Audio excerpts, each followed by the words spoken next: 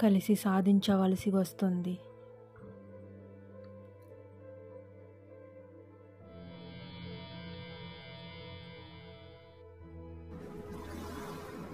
సముద్ర మథనం చేయడం కోసం దేవతలు, అసురులు కలిసి మథనం చేయవలసి వస్తుంది.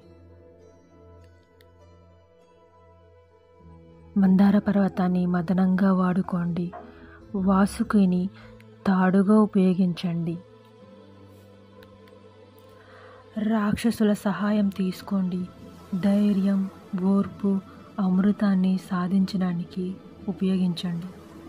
ఇలా మహావిష్ణువు చెప్పిన మాట ప్రకారంగా మదనాన్ని చిలకడానికి దేవతలు, అసురులు వెళ్ళి మదన పర్వతం చిలకడం మొదలుపెట్టాక చిలుకుతున్నప్పుడు తటస్థం లేక పర్వతం మునిగిపోయినది.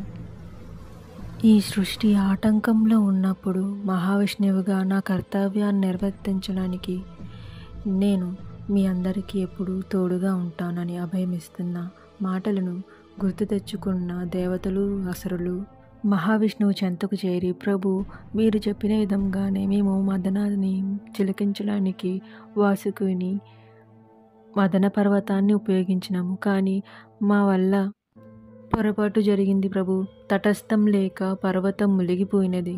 ఇందుకు ఈ క్లిష్టమైన పరిస్థితి నుండి మమ్మల్ని కాపాడడానికి మీరు రావాల్సిందిగా కోరుకుంటున్నాము అని చెప్పి దేవతలు, అసురులు మహావిష్ణువుని చేతులతో ఆర్జించి కోరుకుంటారు.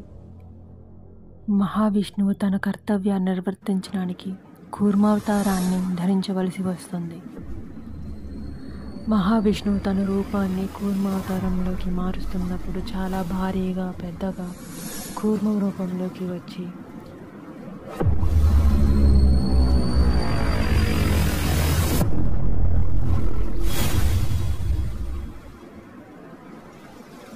మదన పర్వతాన్ని తన భుజం మీద పెట్టుకొని వాసుకిని తాడుగా పట్టుకున్న అసురులు, దేవతలు మదన పర్వతాన్ని చిలకగా మొట్టమొదటిగా హాలాహలం అనే కాలకూట విషం బయటపడింది.